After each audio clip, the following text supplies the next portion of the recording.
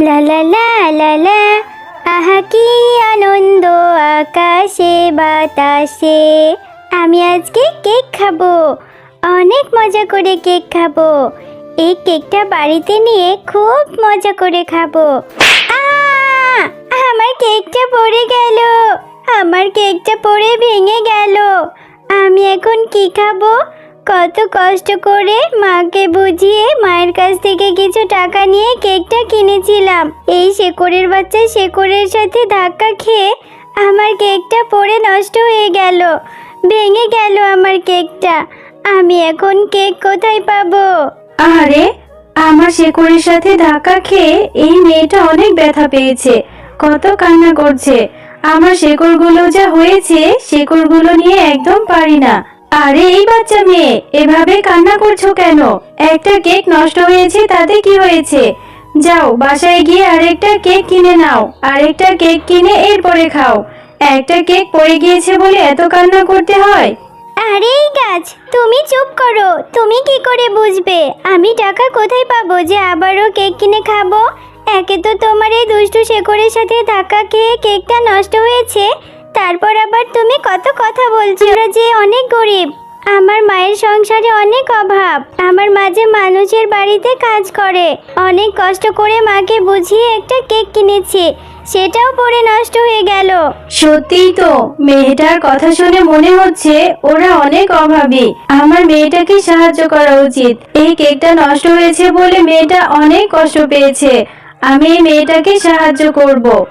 আরে এই বাচ্চা মেয়ে, তুমি আর কেঁদো না, আর কষ্ট পেও না, আমি তোমাকে সাহায্য করব। তুমি আমার গাছে যে একটি ফুল দেখতে পাচ্ছ, এই ফুলটি বাসায় নিয়ে যাও। এই ফুলটি বাসায় নিয়ে মাটি খুঁড়ে রোপণ করে দাও। এই ফুলটি বাসায় নিয়ে রোপণ করলেই কালকে থেকে তুমি অনেক অনেক কেক খেতে পারবে। আরে গাছ, তুমি আবার এটা কি বলছো? তোমার এই ফুল নিয়ে আমি কি করব? তোমার এই ফুল থেকে কি বা কেক হবে? আর তুমি যেহেতু বলছোই, তাহলে আমি ফুলটা নিয়ে যাই। এরপর গাছের কথা মতো টুম্পা সেই ফুলটি নিয়ে বাড়িতে চলে যায়, আর বাড়িতে গিয়ে সেই ফুলটি তাদের ঘরের উঠোনের সামনে রোপণ করতে থাকে। আরে টুম্পা, তুই এটা কি করছিস? এই ঘরের উঠোনে এভাবে গর্ত করছিস কেন? আর এই ফুলটা তুই কোথায় পেয়েছিস রে? এই ফুলটা থেকে কেমন একটা ঝাঁঝালো গন্ধ বের হচ্ছে, আর এই ফুলটা দেখতেও কেমন অদ্ভুত। কোথায় পেয়েছিস তুই এটা? তোকে এটা কে দিয়েছে? মা, আমি তো তোমাকে কথাটা বলতে ভুলেই গিয়েছিলাম। আজকে কেক কিনে নিয়ে আসার সময় একটা গাছের শেকড়ের সাথে ধাক্কা খেয়েছে, আর সেই গাছটা আমার কষ্ট দেখে আমাকে সাহায্য করেছে। এই ফুলটি নিয়ে বাড়িতে রোপণ করতে বলেছে, তাই রোপণ করছি। এই ফুল থেকে নাকি অনেক কেক খেতে পারবো। আরে টুম্পা, তুই এটা কি বলছিস? নিশ্চয়ই তোর মাথা খারাপ হয়েছে। গাছ আবার কখনো কথা বলে? আর ওই গাছটা তোকে এই ফুলটা দিয়েছে, এই ফুল থেকে নাকি আবার কেক হবে। যা তো, আমি জল আনতে যাচ্ছি, তুই ঘরে যা। আমি তোর জন্য খাবার রেডি করে রেখেছি, ঘরে গিয়ে খেতে বস।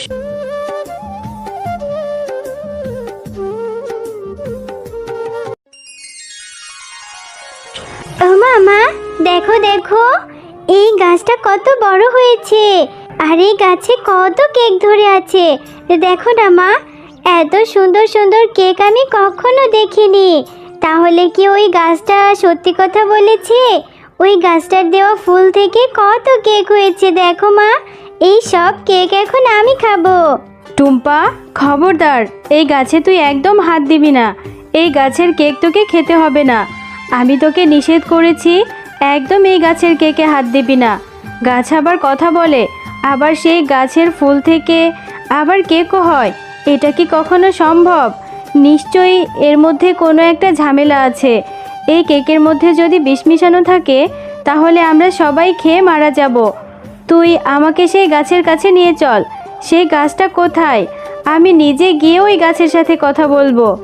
আচ্ছা মা, ঠিক আছে, আমি তোমাকে ওই গাছের কাছে নিয়ে যাচ্ছি, তুমি আমার সাথে চলো।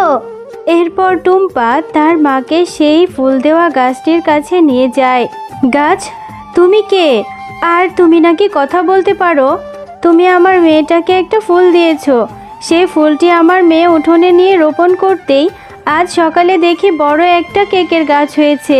এতগুলো কেক এই গাছে কি করে সম্ভব? আর তুমি কি আমাদের কোনো ক্ষতি করতে চাও? আমি জাদুর গাছ, আমি তোমাদের কোনো ক্ষতি করতে চাই না। আমি তোমাদেরকে সাহায্য করার জন্য ওই ফুলটি দিয়েছিলাম। আমার শিকড়ের সাথে ধাক্কা খেয়ে তোমার ছোট মেয়েটা অনেক কষ্ট পেয়েছে। ওর কান্না দেখে আমার অনেক মায়া হয়। এজন্য আমি ওকে আমার গাছের জাদুর ফুলটি দিয়েছি। এই জাদুর ফুলটি রোপণ করলে তুমি মন থেকে যেটা চাইবে সেটাই হবে। তোমরা ওই গাছের কেক খেতে পারবে আর বিক্রিও করতে পারবে। তুমি সত্যি বলছো জাদুর গাছ? তাহলে তো ভালোই হয়। আমার অর্থের অভাব বলে আমি আমার মেয়েটিকে কেক কিনে দিতে পারি না। তাহলে এখন থেকে আমার টুম্পা প্রতিদিন কেক খেতে পারবে। তোমাকে অনেক ধন্যবাদ গো। আর হ্যাঁ, আর একটা কথা শুনে রাখো, এই গাছের দিনের বেলায় যেই কেকগুলো থাকবে সেই কেকগুলোই তোমরা খাবে। রাতের বেলার কেকগুলো তোমরা ভুলেও ধরবে না। ওই কেকগুলো বিষাক্ত হবে। ওগুলো তোমরা বিক্রিও করবে না, নিজেরাও খাবে না। টুম্পা দেখ, দেখতে দেখতে কেকের গাছটা আরো বড় হয়েছে। কত কেক ধরেছে। এই গাছের কেকগুলো বিক্রি করে আমরা মা ও মেয়ে অনেক ভালো আছি। আল্লাহ আমাদের উপর দয়া করেছে। চল এবার বাকি কেকগুলো পেড়ে নিয়ে বাজারে বিক্রি করে আসি। আমি অনেক দিন ধরে এই দিনটার সুযোগে ছিলাম। আমি তো এটাই চেয়েছিলাম। আমি জানতাম ওই গাছটা নিশ্চয়ই কাউকে না কাউকে সাহায্য করবে। আমি একসময় ওই গাছটার অনেক ক্ষতি করেছি, ওর ফুল ফল নষ্ট করে ফেলেছি। আমি ওই গাছের ফুল ফল নষ্ট করেছি বলে ও আমাকে অনেক অপমান করেছিল, আমাকে শাস্তি দিয়েছিল। আজকে আমারও সুযোগ এসেছে। আমি ওই গাছের সব ফুল ফল নষ্ট করে ফেলবো। আমি ওকে কাউকে সাহায্য করতে দেব না। কারোর ভালো দেখলে যে আমার গা জ্বলে যায়।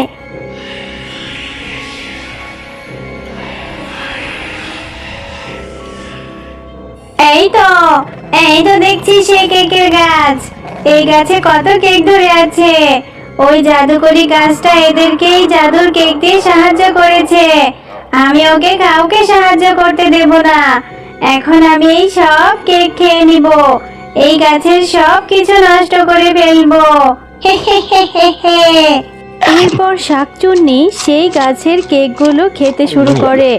আর সেই গাছের কেকগুলো খেতে খেতে শাকচুন্নির মুখ দিয়ে রক্ত বমি বের হতে থাকে। আমার গলা জ্বলে গেল, আমার গলা জ্বলে পড়ে গেল। আমার মুখ দিয়ে রক্ত বমি বের হচ্ছে কেন? কে যে বাঁচাও, মরে যাচ্ছি, জ্বলে যাচ্ছি। আমি জানতাম শাকচুন্নি, একদিন তুই এই গাছের কেক নষ্ট করতে আসবি। তুই খুব খারাপ, কারোর ভালো দেখতে পারিস না। এজন্যই তো আমি জাদু করে এই গাছের রাতের কেকগুলো বিষাক্ত করে দিয়েছি।